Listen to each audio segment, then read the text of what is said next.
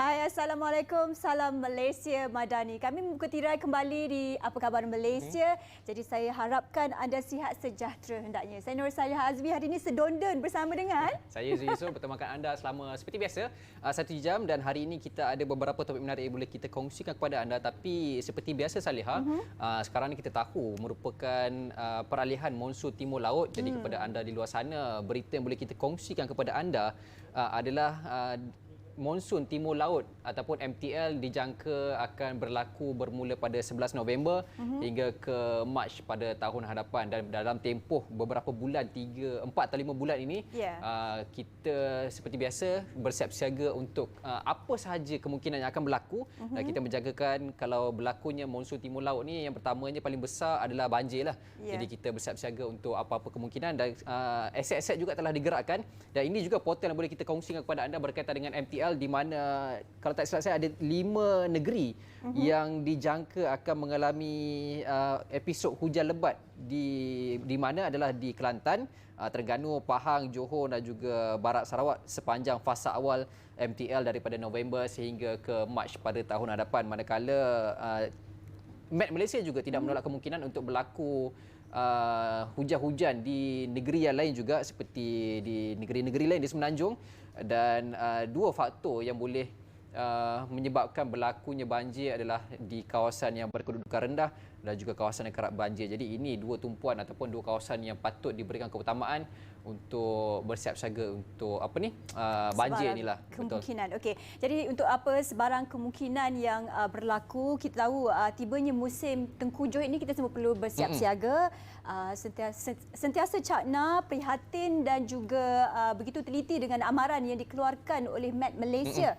terutamanya berkenaan tentang keadaan cuaca di negara Malaysia. Yang pastinya kepada anda di luar sana, kalau ingin melihat ataupun semak keadaan cuaca, boleh lihat di laman sesawang Met Malaysia itu sendiri, Izu. Dan mungkin ada yang lebih mudah dan senang, anda boleh download aplikasi My Cuaca di telefon bimbit anda. Anda boleh semak setiap hari untuk kita lebih mengetahui keadaan cuaca, kerana kita tak nak lah berada dalam satu keadaan tersekat pula kat mana-mana, Izu ya. Betul. Dan sekarang pula hujan di pada petang hari, jadi bersiap siaga untuk apa jua kemungkinan yang akan berlaku. Dan kita tak tolak kemungkinan banjir kilat juga mungkin akan berlaku di kawasan-kawasan bandar. Jadi bersiap siaga untuk apa jua kemungkinan. Baik, kita nak berehat seketika, tapi sebelum tu kita nak tengok dulu ramalan cuaca sebelum kita ke rakas tugas dari Bilik Berita. Saksikan.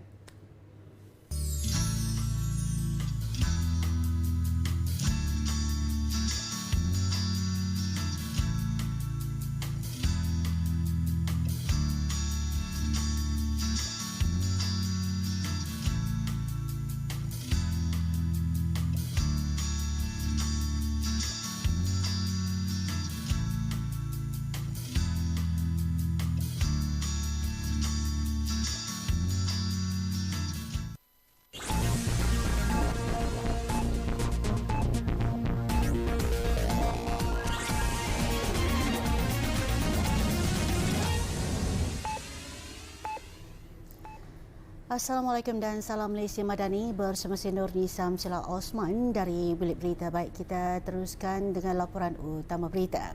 Perdana Menteri Datuk Seri Anwar Ibrahim menegaskan agar pelajar-pelajar di sekolah diberi penerangan yang jelas mengenai isu konflik di Palestin.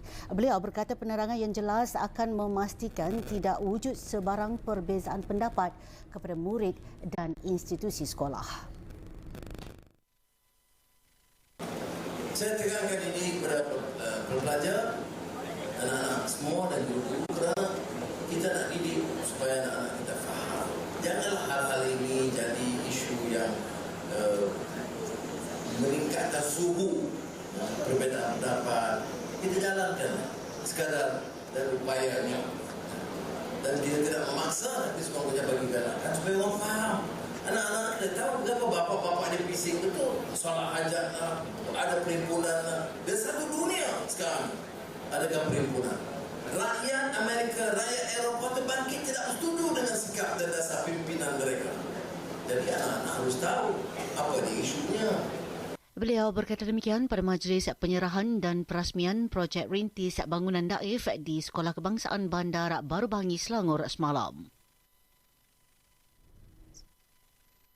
Dalam per itu, Menteri Komunikasi dan Digital Fahmi Fazil turut menjelaskan kenyataan Menteri Dalam Negeri Datuk Seri Saifuddin Nasution yang memaklumkan usaha Perdana Menteri Datuk Seri Anwar Ibrahim untuk mengeluarkan rakyat Palestin dari Gaza yang bermaksud mengeluarkan mereka daripada kesempitan dan kesengsaraan yang dihadapi rakyat itu akibat konflik. Perkataan mengeluarkan itu telah disalah tafsir oleh beberapa pihak, seolah-olah membayangkan kerajaan berhasrat untuk secara fizikal mengeluarkan rakyat Palestin daripada Gaza. Ya, jadi ini bagi saya adalah satu tomahan yang bersifat berniat jahat, kerana jelas Perdana Menteri dalam siri rundingan di peringkat antarabangsa berikhtiar bersungguh-sungguh untuk cari penyelesaian. Perdana Menteri Datuk Seri Anwar Ibrahim telah memberikan lampu hijau kepada Suruhanjaya Pencegahan Rasuah Malaysia SPRM untuk menyiasat mana-mana menteri, pegawai kerajaan termasuk pegawai khas yang berkhidmat untuknya jika dikesan wujud elemen rasuah. Dan pernah dia berkata kepada saya, Azam, kalau sekiranya ada pegawai kerajaan, menteri-menteri kaya ke ataupun pegawai khas saya ke atau mana-mana pegawai khas, kalau sekiranya you rasa ada mereka melakukan rasuah, sila siasat. Don't wait for my instruction or any blessing from me. I give you all the blessing to investigate all these people. Mendedahkan perkara tersebut, Ketua Pesuruhjaya SPRM Tan Sri Azam Baki berkata Datuk Seri Anwar sebagai seorang individu yang serius dalam membantras elemen rasuah pernah memberitahunya untuk tidak menunggu arahan bagi melakukan siasatan.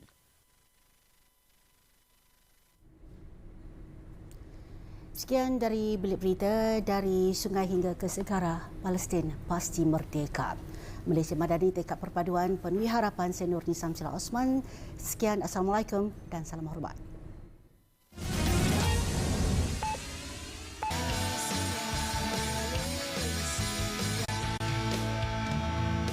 Baik, bertemu kembali dalam Apa Khabar Malaysia. Seperti mana kita sedia maklum, satu anugerah itu dibuat bagi menghargai dan juga memberi penghargaan kepada mereka dalam melaksanakan program-program ataupun mencapai satu KPI yang telah ditetapkan untuk tahun tersebut. Dan bukan sahaja anugerah ini diberikan kepada individu tetapi juga kepada kementerian-kementerian yang telah melaksanakan pelbagai program khususnya untuk pembangunan negara bagi tahun 2023. Dan pada hari ini kita ada tetamu kita yang akan membincangkan ataupun memberikan perincian lebih lanjut berkaitan dengan anugerah pembangunan negara tahun 2023 bersama dengan kita di sebelah kanan saya iaitu Timbalan Ketua Pengarah bagi sektor pemantauan dan penilaian pembangunan, unit penyelarasan dan pelaksanaan Jabatan Perdana Menteri ICU JPM iaitu Yang Mulia Raja Muhammad Azhan Shah Raja Muhammad. Apa khabar Cik Azhan? Khabar baik. Terima kasih. Selamat datang ke AKM. Mungkin secara awalnya kita nak tahu juga anugerah pembangunan negara tahun 2023. Mungkin boleh kongsikan kepada kita. Anugerah ini sebenarnya berkaitan dengan apa? Okey, terima kasih. Assalamualaikum warahmatullahi wabarakatuh. Selamat pagi dan salam Malaysia Madani. Saya ucapkan kepada semua penonton setia rancangan Apa Khabar Malaysia. Dan terlebih dahulu saya ingin mengucapkan terima kasihlah kepada Bernama kerana memberi ruang kepada saya mewakili unit penyelarasan pelaksanaan ataupun ICU JPM Jabatan Perdana Menteri untuk berkongsi sedikit mengenai peranan dan inisiatif yang dijalankan oleh ICU JPM. Jadi mungkin saya boleh ceritakan sikit mengenai ICU JPM dari segi dalam konteks pelaksanaan pembangunan negara seperti mana yang kita sedia maklum pada 13 Oktober yang lalu Yang Amat Berhormat Perdana Menteri telah membentangkan Belanjawan Madani 2024 yang memberi tumpuan ke arah mencapai dan merealisasikan aspirasi Malaysia Madani. Yeah. Jadi peruntukan yang telah diumumkan oleh Yang Amat Berhormat Perdana Menteri sejumlah 393.8 bilion. Ini merupakan belanjawan yang tertinggi pernah dibentangkan. Jadi dalam belanjawan tersebut terdapat pelbagai program dan inisiatif yang dirancang untuk dilaksanakan pada tahun hadapan. Jadi di sinilah peranan ICU untuk menyelaras dan memantau pelaksanaan program-program dan projek pembangunan kerajaan.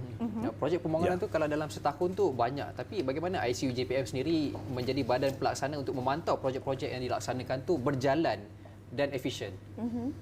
Ya, untuk makluman Izu dan Saleha, kita ada mekanisme tertentu dalam pemantauan projek.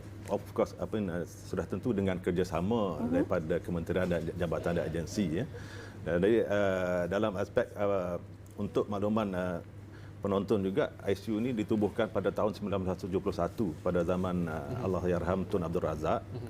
Bertujuan pertama sekalinya peranan utama awalnya adalah untuk sebagai penyelaras program pembasmian kemiskinan ataupun yang lebih dikenal ini sebagai program kesejahteraan rakyat. Dan dalam aspek pembangunan pula peranan ICU adalah lebih kepada menyelaras dan memantau dan menilai pelaksanaan program projek pembangunan. Jadi untuk makluman juga, kalau dalam kita sekarang ini berada di rolling plan ketiga di bawah rancangan Malaysia ke-12, jumlah lebih kurang 8,200 projek, program dan projek yang dalam berada di pelbagai peringkat pelaksanaan yang dilaksanakan oleh kementerian dan jabatan. Jadi semua program dan projek ini dipantau oleh ICU JPM bersama dengan kerjasama kementerian dan jabatan. Jadi untuk tujuan itu ICU JPM telah membangunkan suatu sistem yang dikenali sebagai sistem projek ataupun sistem pembangunan projek bersepadu, pemantauan projek bersepadu untuk sebagai mekanisme untuk memantau dan menyelaras isu-isu dan pelaksanaan dan juga menilai program dan projek di bawah rancangan Malaysia 5 tahun ini. Okey.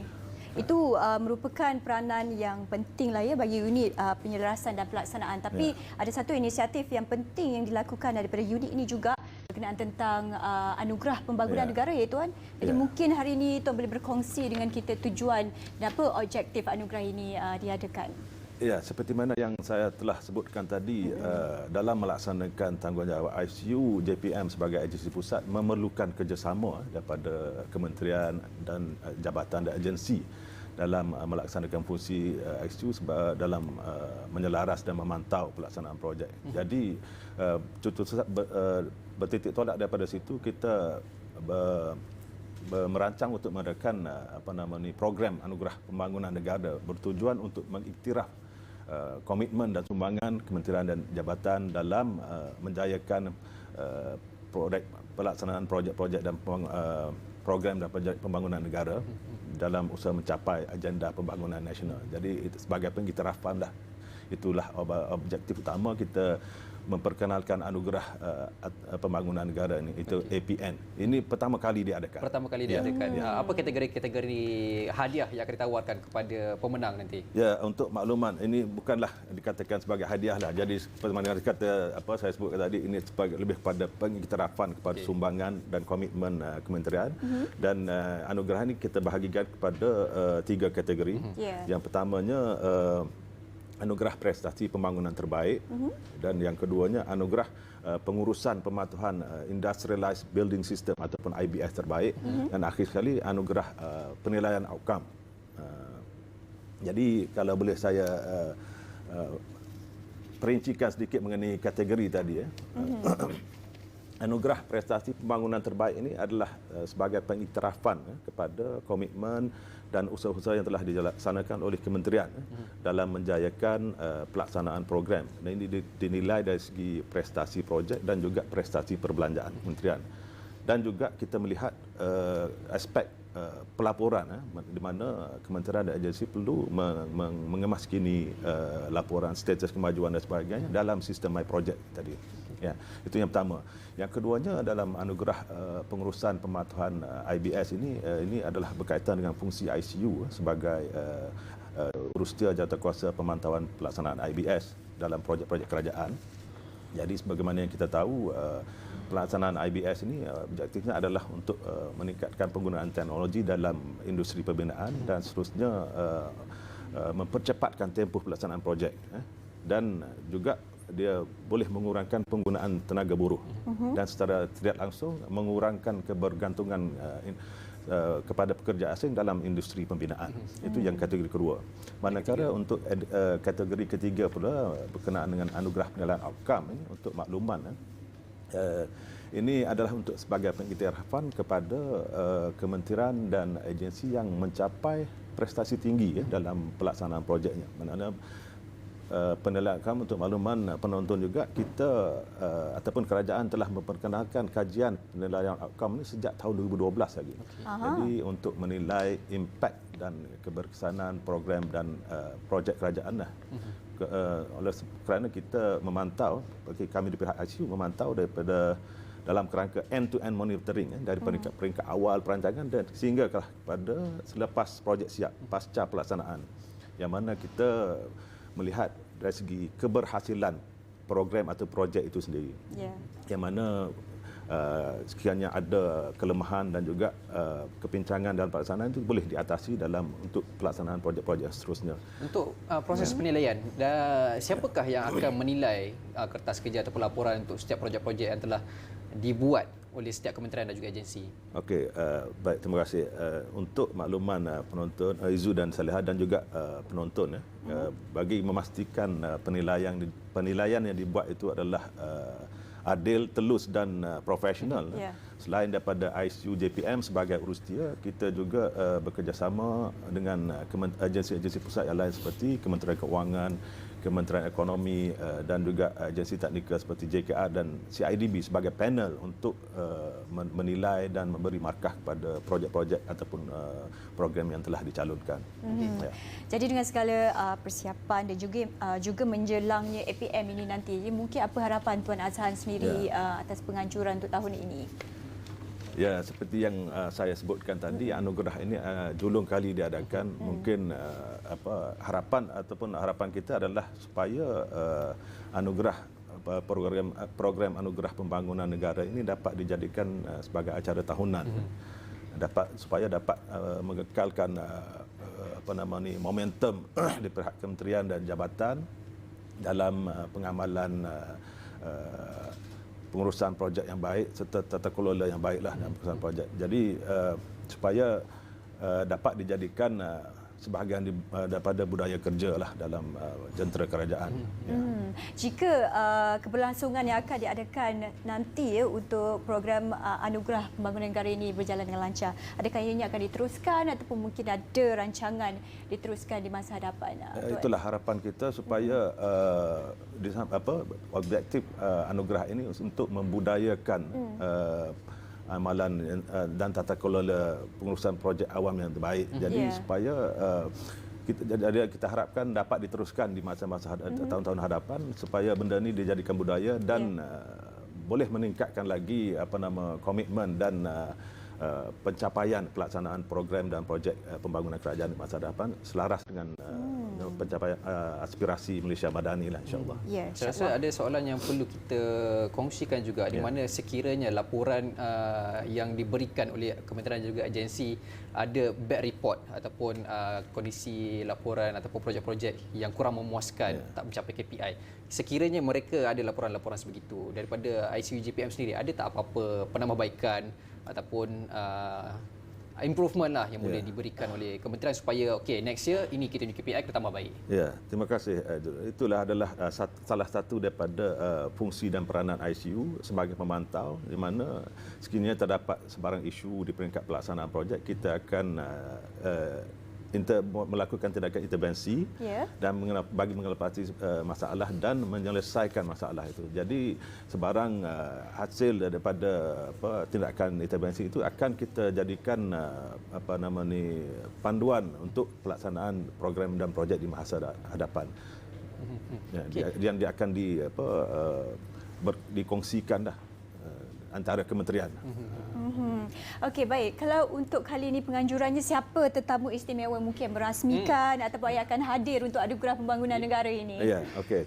Terima kasih.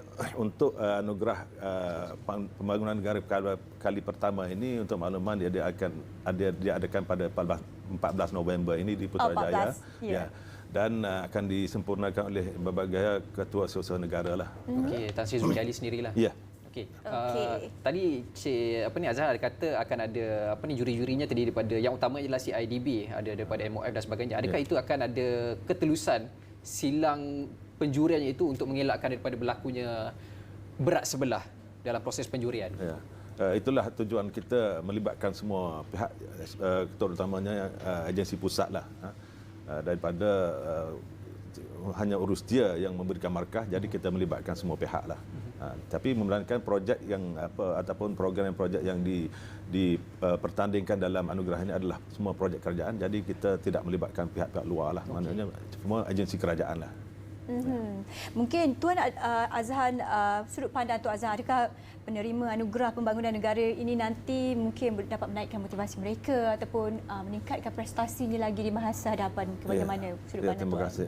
Itulah antara hasrat kita lah dalam memberikan pengiktirafan melalui APN ini, supaya anugerah yang diperoleh itu ataupun boleh menjadikan inspirasi kepada kementerian lain yang belum mencapai prestasi yang diharapkan, supaya di tahun-tahun hadapan kementerian dan jabatan berkenaan lebih berusaha lebih keraslah untuk mencapai ini.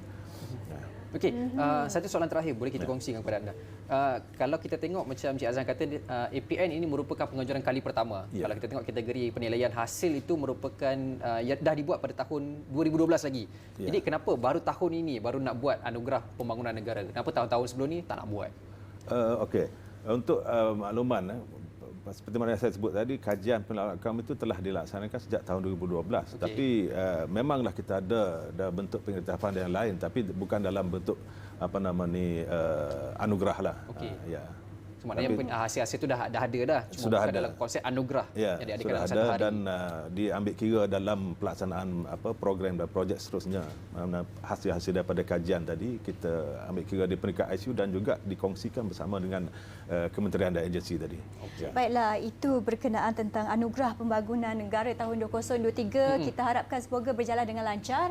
Yang pastinya bila berjaya untuk tahun ini, dia akan berlangsung lagi di tahun-tahun yang akan datang, insya-Allah. Izu ya. InsyaAllah Kita ucapkan terima kasih kepada tetamu kita Yang Mulia Raja Muhammad Azhan Shah Raja Muhammad, Timbalan Ketua Pengarah Sektor Pemantauan dan Penilaian Pembangunan, Unit Penyelarasan dan Pelaksanaan Jabatan Perdana Menteri. Terima kasih bersama dengan kita di Apa Khabar Malaysia. Dan kita nak berehat seketika, jangan ke mana, kembali selepas ini.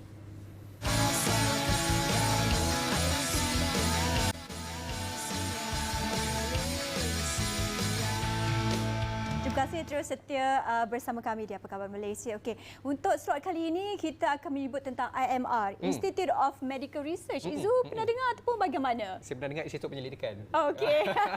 Alright, menyebut tentang Institute Penyelidikan ini iaitu Institute of Medical Research, bukan institut yang asing lagi tetapi telah banyak menyumbang bakti dalam bidang penyelidikan medikal khususnya Izu ya. Jadi di studio hari ini istimewa kita bawakan kepada anda iaitu Dr. Muhammad Fairul Nizam Muhammad Noor, Pegawai Penyelidik Grade Hasi Merangkap, Ketua Pusat Penyelidikan, Pemakanan, Metabolik dan Kardiovaskular, Institut Penyelidikan Perubatan IMR, untuk kita membincangkan berkenaan tentang pencapaian IMR. Selamat datang ke Apa Khabar Malaysia, Dr. Nizam. Terima kasih, alhamdulillah. Okey doktor, mungkin ada yang sedia maklum IMR tu apa, mungkin ada yang tak kenal lagi IMR tu apa. Walaupun dah 123 tahun penubuhan, mungkin doktor secara ringkas boleh kongsikan kepada kita IMR tu sejarahnya bagaimana? Okey, pertama kali saya ucapkan terima kasih kepada Bernama TV, Izu dan juga Seliha kerana menjemput kami di Apa Khabar Malaysia. Jadi sebagai pengenalan, Institut Pendidikan Perubatan ialah salah satu institut di bawah Institut Kesihatan Negara. Di mana kami di bawah sepenuhnya di bawah Kementerian Kesihatan Malaysia. Jadi selain daripada Institut Pendidikan Perubatan, kita juga ada 5 lagi institut, iaitu Institut Kesihatan Umum, Institut Penyelidikan Klinikal, Institut Penyelidikan Tingkah Laku Kesihatan, Institut Penyelidikan Sistem Kesihatan dan Institut Pengurusan Kesihatan.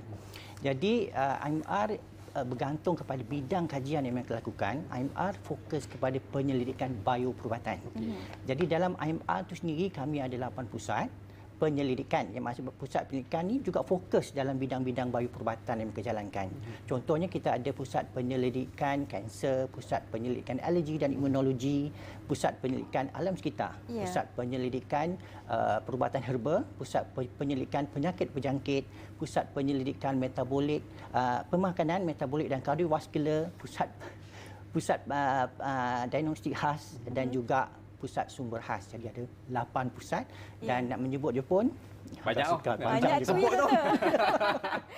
Okey, mungkin sebenarnya banyak juga pusat di bawah IMR ini. Jadi apa sebenarnya latar belakangnya lagi dan mungkin peranan utamanya sendiri, Doktor silakan kongsikan. Okey, jadi peranan utama IMR ni kami menjalankan pendidikan bahaya perubatan. Ya. Jadi fungsi utama kami menjalankan penyelidikan. Ya. Yang kedua, kita menjalankan juga perkhidmatan diagnostik khas ataupun khusus. Yang ketiga, kita menjalankan konsultasi ataupun pemindahan teknologi dan juga kita bagi konsultasi kepada mereka yang memerlukan konsultasi daripada kami lah. Okey. Kalau tak silap saya baru-baru ini Menteri Kesihatan YB Dr. Zaliha kalau tak silap saya mengumumkan bahawa ada satu pencapaian yang telah diiktiraf di peringkat WHO iaitu berkaitan dengan penyakit denggi Wolbachia. Tak silap saya merupakan salah satu inisiatif untuk menyelesaikan masalah denggi. Mungkin doktor boleh terangkan kepada kita sejarah penyelidikan Wolbachia ni sehingga diiktiraf di peringkat antarabangsa WHO.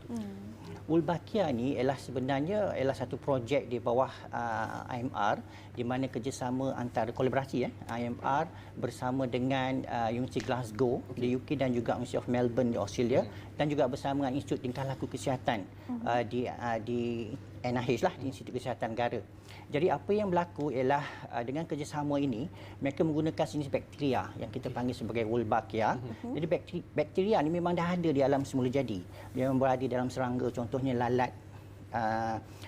Contohnya memang ada dalam lalat buah dan juga serangga yang lain dan hidup dalam sel.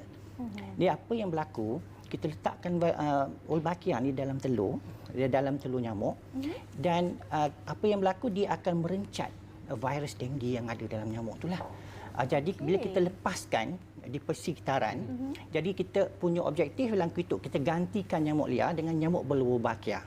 Jadi bila mereka bersama mating jadi kita akan dapat nyamuk berwolbachia yang boleh merencatkan terus nyamuk Aedes daripada membiak. Jadi kita dah lepaskan di 7 buah negeri dan 28 lokaliti di Malaysia dan kita dapati daripada 19 lokaliti pencapaian kita kita dapat progres daripada di mana mengurangnya kes denggi daripada 33% hingga 100%. Dan juga ada juga lokaliti yang mana satu lokaliti kita dapat 100% tak ada kes denggi. Dan juga ada 2 lokaliti tidak ada peningkatan pun. Jadi kita nampak Wolbachia ni sebenarnya WHO memang cadangkan. Dia cadangkan sebab keberkesanan projek ini untuk dibuat di negara-negara yang lain juga. Jadi kita disebab kenapa kita jalankan projek ni lah. Jadi adakah itu bermaksud Malaysia menjadi pemangkin untuk kajian Wolbachia ni berbanding dengan negara-negara lain? Ya betul. Jadi kita juga menggunakan kaedah yang dicadangkan oleh WHO dan kita dah mulakan dan kita dah apply kepada masyarakat dan diharap juga negara-negara lain juga akan bersama-samalah untuk kita membenteras penyakit ni lah. Apa lagi mungkin doktor kolaborasi projek-projek yang melibatkan Institut Pendidikan IMR ini sendiri yang mungkin boleh dikongsi dan yang paling diingati oleh Dr. Niza dan kenapa? Dan salah satu projek yang kita jalankan di IMR ialah pernah dengar tak projek di mana kita gunakan maggot daripada lalat dan kita untuk merawat luka daripada penyakit diabetes yang susah kita nak sembuhkan ataupun daripada ulcer. Jadi kita nampak lalat tu memang kotor kan. Tapi sebenarnya lalat tu ada banyak manfaat juga. Jadi apa yang berlaku, kita grow larvae daripada lalat tu yang sterile. Maksudnya dia tak ada bakteria, dia bersih. Jadi kita letak pada atas luka sakit diabetes, penyakit kencing manis dan dia akan makan sel-sel yang mati. Dia rembeskan enzim untuk bunuh bakteria. Dan juga dia akan merangsang pertubuhan sel baru. Jadi inilah kaedah alternatif selain daripada kaedah biasa ke hospital kan. Jadi lagi cepat sembuh, kita tak rasa sakit dan lebih murah. Jadi kat Malaysia ada ke dijalankan kaedah tu? Kaedah tu dah dijalankan di hospital kerajaan dan dah memberi manfaat kepada 6,000 pesakit di Malaysia, lebih daripada 6,000. Jadi kaedah tu memang ada. Mungkin ada lagi atau tidak penemuan baru yang dilakukan oleh IMR sendiri yang mungkin Dr. Niza nak kongsikan dengan kita hari ini? Salah satu projek yang saya sendiri lakukan ialah bersama dengan University of Cambridge di mana kita nak tengok dari segi penyakit jantung kali pertama di Malaysia. Jadi apa yang kita lakukan ialah kita bekerjasama dengan 17 hospital di Malaysia. Jadi projek ini kita panggil sebagai Malaysian Vascular Event Risk Study, MAVERIC. Ya. Jadi kita dapat funding daripada Newton Ongkok Omah Fund yang diselaraskan oleh Akademi Sains Malaysia. Ya. Jadi apa yang kita lakukan ialah kita tengok pesakit yang pertama sekali dapat pesakit jantung kali pertama. Dia masuk hospital kali pertama dia dapat sakit jantung. Lepas tu pertama dalam 2,500 orang kita ambil. Ya. Dan juga kita juga ambil sampel daripada mereka yang tak sakit jantung. Kontrol lah kawalan. Jadi kita cuba buat perbandingan. Jadi daripada situ kita nak tengok risiko penduduk Malaysia untuk dapat sakit jantung dari segi biokimia, genetik, gaya hidup dan juga dari segi pendedahan kepada logam berat. Jadi kita dapati hasil daripada kajian kami lah penyakit jantung kali pertama banyak berlaku pada lelaki dan pada umur yang semakin muda, umur 50. Jadi kita risau kalau kita tak ada langkah intervensi atau pencegahan, kita tak jaga gaya hidup yang sihat. Jadi kita akan hilang seseorang yang mencari punca pendapatan kepada keluarga sebab mereka dah mereka sudah kehilangan kan, dah sakit dan juga ada orang kena menjaga mereka di hospital dan juga di rumah, mereka tak boleh bekerja dan juga boleh menjadi tanggunganlah kepada kerajaan sebab merawat mereka di hospital. Okey doktor, kita nak tahu juga semasa pandemik COVID-19 melanda negara sekitar dalam 2020, 2021 macam tu, IMR juga ada menyumbang dari sudut penyelidikan, terutamanya kalau tak silap saya berkaitan dengan ILIO dan juga Deep Throat Saliva semasa COVID-19. Apa lagi kajian-kajian yang sekarang ini sedang dijalankan yang akan menyumbang kepada penyelidikan negara? Okey, dari segi COVID-19, kami sebagai mereka yang menjalankan kerja di belakang tabir. Sebab apabila je COVID-19 itu berlaku, kita dah dapat jujukan genom daripada WHO dan kitalah yang memulakan juru analisis di Makmal. Jadi kami duduk di Makmal, kami buatkan analisis untuk mengesan COVID-19 menggunakan RT-PCR.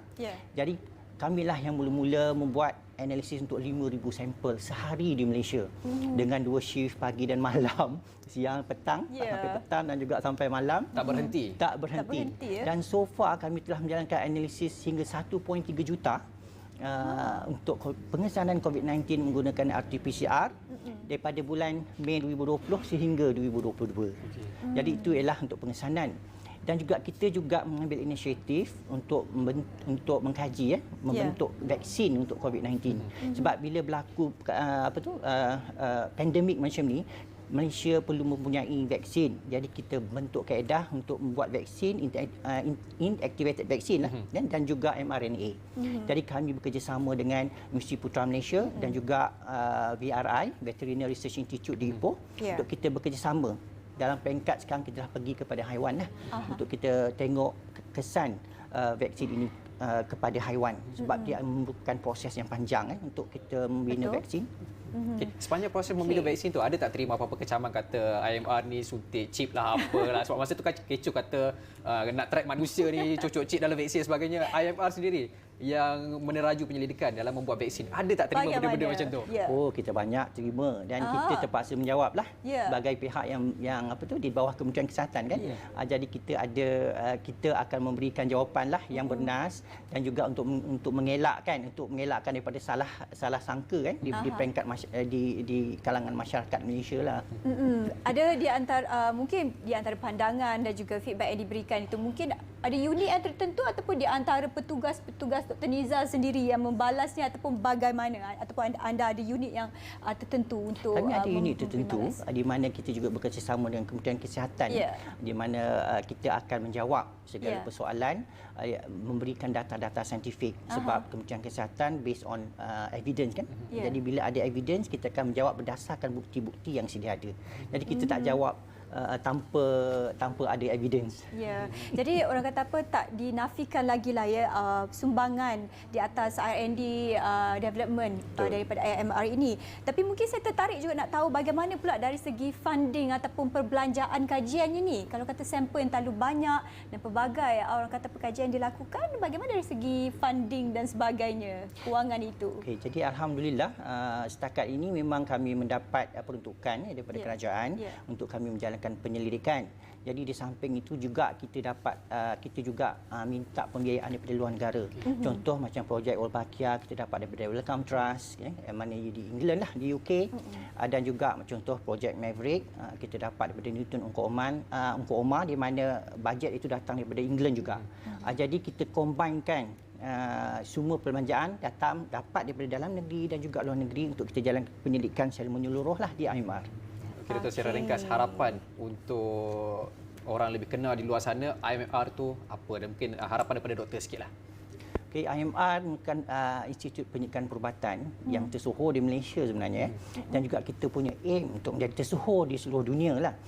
Jadi kami memohon kepada yang berada di luar datang melawat IMR, bekerjasama dengan IMR, jalankan penyelidikan dengan IMR. Dan kita juga cari collaborator lah di dalam dan juga luar negara untuk kita sama-sama memajukan penyelidikan bioperubatan di Malaysia dan seterusnya kita meningkat jadi yang terbaik di dunia. Mungkin kalau juga apa pesanan kepada mungkin ada anak-anak muda yang nak bersama dengan IMR hari ini? Silakan Dr. Nizar. Ya, alhamdulillah. Saya juga dulu pernah melawat IMR masa dimatrikulasi dan alhamdulillah saya bekerja di IMR. Jadi kita harap ramai anak-anak muda yang masuk dalam bidang sains dan minat melakukan penyelidikan. Jadi sila belajar bersungguh-sungguh dalam bidang sains. Aku juga bidang sains dan belajar juga peringkat lebih tinggi, master dan juga PhD. Sebab sekarang nak masuk di IMR sebab ramai calon mencari kerja, jadi persaingan yang tinggi, jadi peringkat PhD dah ramai meminta masuk ke IMR.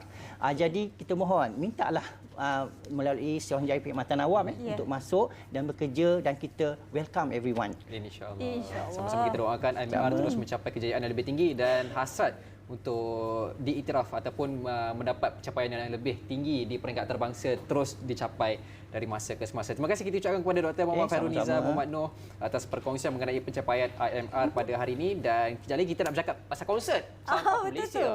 Pasal apa? Kita berehat dulu, jangan ke mana-mana.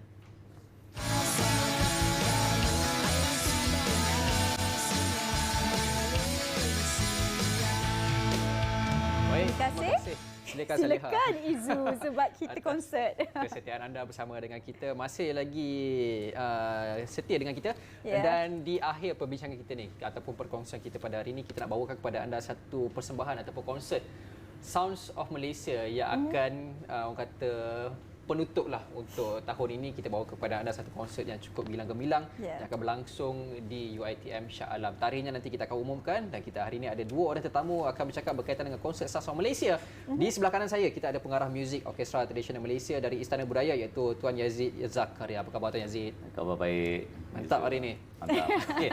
Di sebelah hujungnya sana kita ada Ketua Pengajian Konservatori Muzik Kolej Pengajian Seni Kreatif dari Universiti Teknologi Mara iaitu Dr. Jurani Jamaluddin. Apa khabar Doktor? Oh, baik. Biru hari ni biru saya. Tadi kita hijau, ni biru pula. Oh, okey. Okey, kita santai untuk hujung ini sebab bila kita bercakap tentang Sounds of Malaysia, pastinya dalam hati saya pun teringatkan muzik-muzik tradisional, sound-sounds yang berkaitan tentang jiwa kita rakyat Malaysia inilah ya. Jadi untuk permulaannya mungkin kita tanyakan kepada Tuan Yazid, mungkin apa inspirasi ataupun asas utama konsert ini diadakan? Silakan. Baik, terima kasih Soleh. Program ini merupakan program jangkauan daripada Orkestra Tradisional Malaysia dan Istana Budaya. Kita berusaha untuk memperkenalkan muzik tradisional, especially di kalangan generasi muda. Jadi Orkestra Tradisional Malaysia ni ialah satu kumpulan yang menggabungkan semua alat-alat muzik tradisional Melayu, Cina, India dan juga Sabah dan Sarawak, pelbagai etnik di Malaysia. Jadi kita nak membawa dan untuk memahamkan kepada generasi muda bahawa ini adalah warisan budaya mereka. Ini adalah jati diri yang mereka patut tahu. Kerana itu kita pergi ke banyak universiti yang kita dah pergi, termasuk UPSI, MSU, UKM dan kita punya perhentian terakhir ini adalah UiTM. Mungkin secara ringkas pandangan Cik Yazid sendiri, penyertaan golongan muda dalam bidang muzik terutamanya orkestra tradisional ni, bagaimana sekarang ni? Sebab kalau kita tengok generasi muzik ni orang yang masuk tu ramai, tetapi orang yang minat terutamanya orkestra tradisional terutamanya sangat kurang. Sebab itu kita membawa orkestra ni ke universiti dan orang muda, kalau ramai kata orang muda ni tak minat muzik tradisional.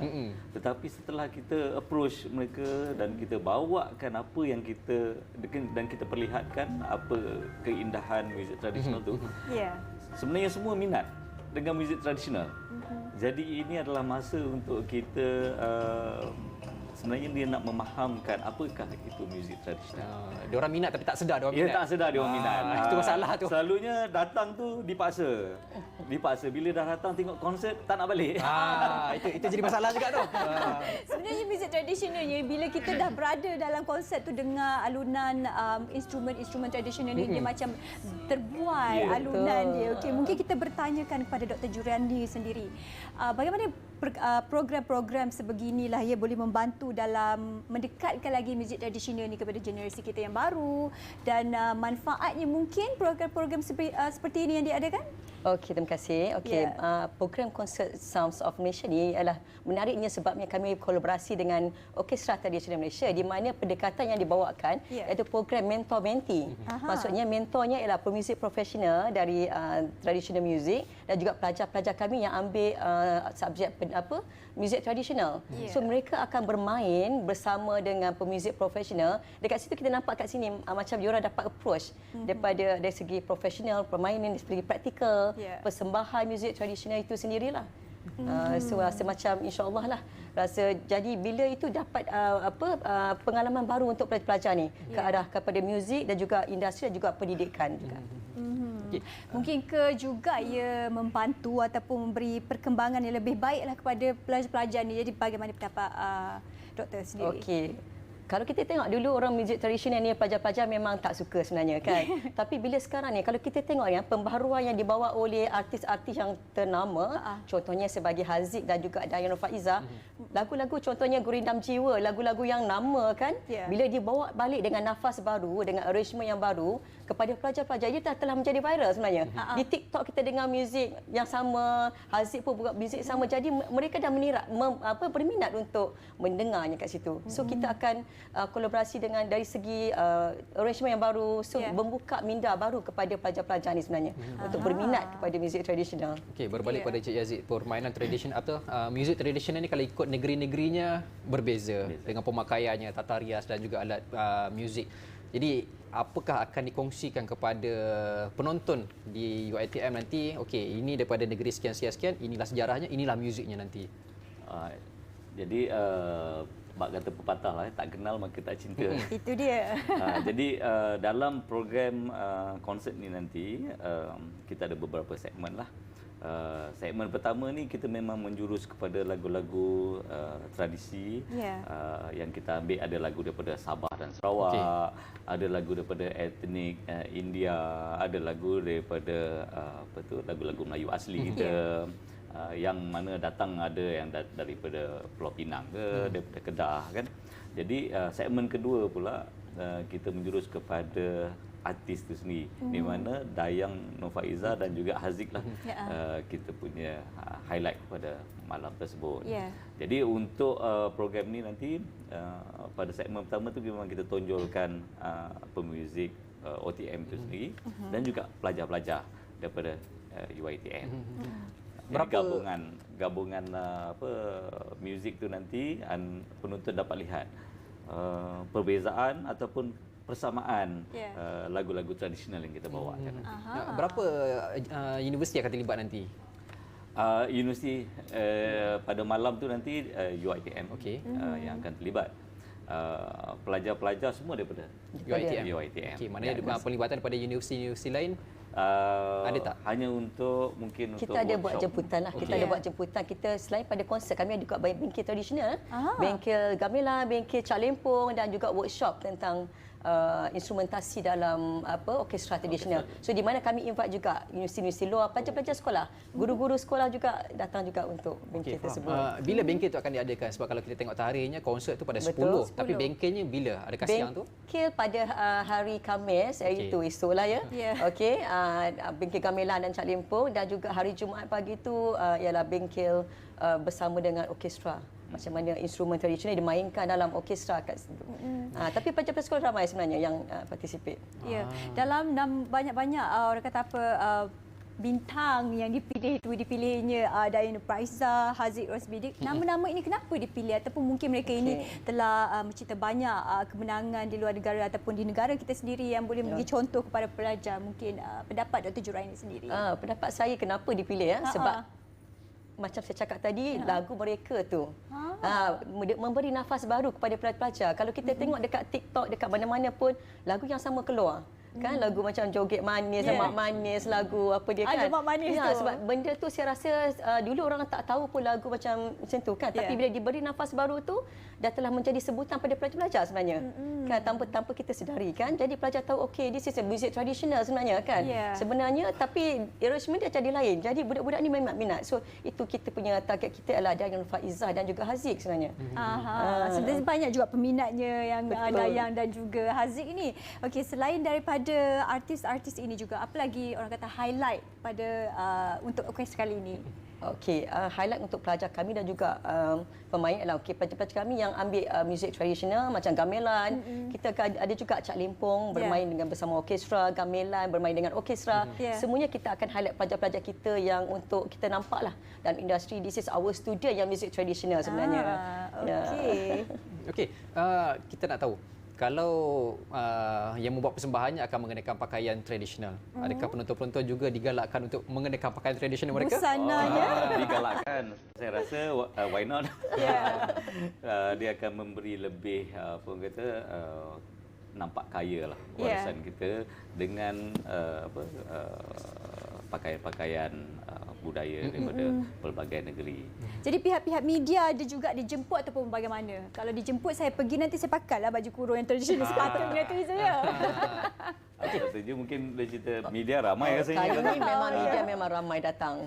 Yang untuk support lah. Lagipun orang kata apa, muzik tradisional ni, kolaborasi ni mungkin untuk UiTM, untuk ni I think first time lah kita kolaborasi dengan orkestra tradisional Malaysia ya.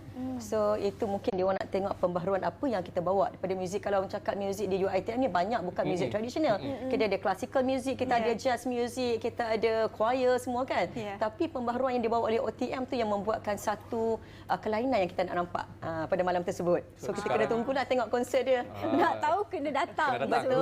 Betul. 10 hari bulan. Sekarang ni dari sudut persiapan macam mana daripada orkestra sendiri? Sebelum ni kita ada banyak persembahan di Sabah lah, di China lah, di Vietnam, dan akhir sekali kita akan bergerak ke UiTM. Kita ada dalam masa 2 hari untuk latihan di UiTM bersama-sama dengan pelajar, termasuklah dengan seminar dan workshopnya nanti. Okey. Dari sudut UiTM pula, adakah student-studentnya sudah bersedia? Student sangat bersedia. Cuma satu lagi saya nak tambah sikit ya.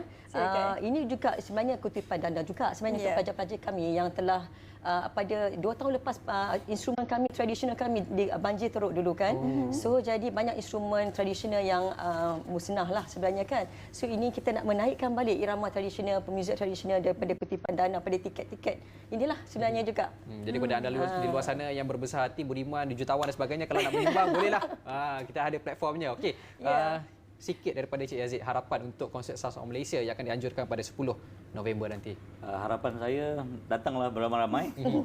Kalau boleh dengan pakaian tradisional, insya-Allah. Pastinya. Dan kita sama-sama meraihkan warisan budaya kita sendiri.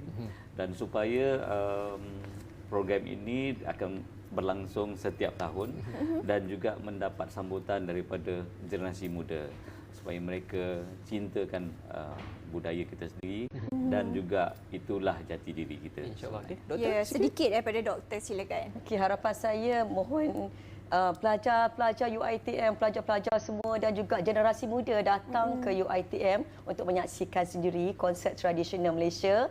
Okey, di Dewan Konsert baru, Dewan Konsert Seri Budiman. Okey, so kita akan nampak satu kelainan di mana kita bawa satu irama tradisional dalam nafas baru. So datanglah beramai-ramai untuk beli tiket segera. Tiket paling murah RM55, medium RM65. Yang paling depan saya rasa standing ovation kot ini. Duduk berdiri kan ni? Yang tiket 5 tu dah hampir habis sebenarnya. Hampir habis. So tinggal yang inilah, yang tengah-tengah dan juga yang di belakang. Tapi tak apa, tak kisah pun duduk mana.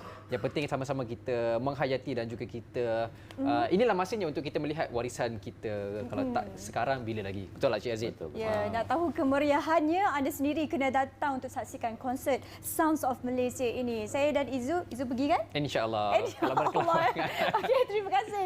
Kita nak ucapkan kepada kedua-duanya iaitu Dr. Juriani Jamaluddin, Ketua Pengajian Konservatori Muzik, Kolej Pengajian Seni Kreatif, Universiti Teknologi Mara. Terima kasih. Dan juga Encik Aziz Zakaria, Pengarah Muzik Orkestra Tradisional Malaysia, Istana Budaya di sebelah kanan ini. Ini pun selalu juga kita di Istana Budaya ni ya.